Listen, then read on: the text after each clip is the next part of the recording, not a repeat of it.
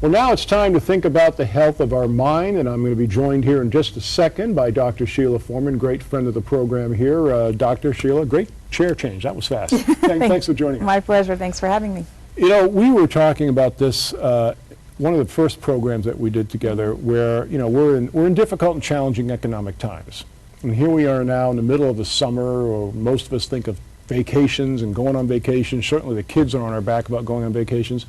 But many of us are thinking, maybe that's something we don't want to do this year because of the cost involved. And it's created something called vacation depression. Have you encountered that before? I have. People who really need a vacation because of all their stress are not taking it. And the primary reason people are offering me is finances. They can't afford to be away from their job and loss of income, and they can't afford the cost of the vacation.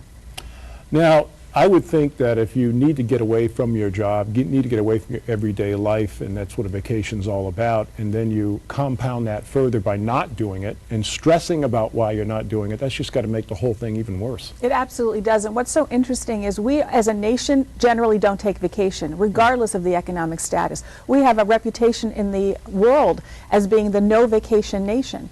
The European industrial nations, they all have mandatory vacation. They take a minimum of 4 weeks at a time.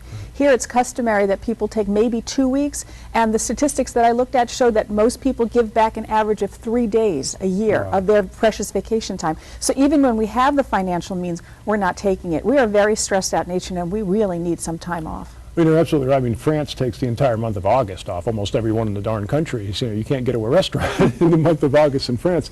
Okay, so we don't have to spend a tremendous amount of money. We can do, you know, the new term in 2009 is the staycation. There's, you know, we all live somewhere that somebody comes to visit. Why don't we go visit that area? Absolutely, especially we're fortunate here. We're in Southern California. It is one of the vacation highlights of the entire world. Why not? Why not spend a day and go to the beach and pack a picnic and just hang out? Vacations don't have to be expensive. It's really about taking a break.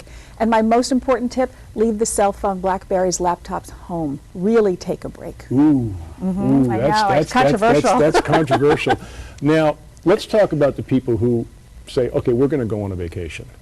But they get so stressed out in the planning, in the details, how many tourist attractions we're going to go see. Okay, 3 miles from now is the great big ball of string. I mean, how do you deal with that kind of vacation depression? Isn't that heartbreaking? You know, you plan this great vacation, but your expectations are so high, and a traveling vacation will never meet your expectations, that people get disappointed, they get depressed, they try to do too much in too short a period of time.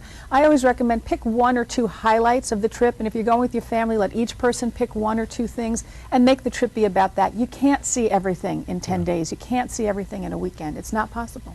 You know, someone once told me, they were talking about memorable things you can do with your kids, and they would say, well, we once took the kids to Disney World in Florida, we once went on a trip to New York, and they'll ask the kid the same question. He goes, no, I remember when Dad helped me fix my bike. It's amazing what your kids will hang on to versus what we think they'll hang on to. Absolutely, and one of the psychological reasons for vacation is about relationships. It's about fortifying relationships, whether it's with your spouse that you're traveling with or with your family. That's so key. So even the vacation where you're staying home and you're spending the day in the building a tree house or repairing a bike and then taking a bike ride, those are the memories, and those are also psychologically very healing times for everybody. Once again, vacation depression. Don't let a vacation depress you, whether you're going on one or not. Dr. Sheila, thanks so much. My pleasure.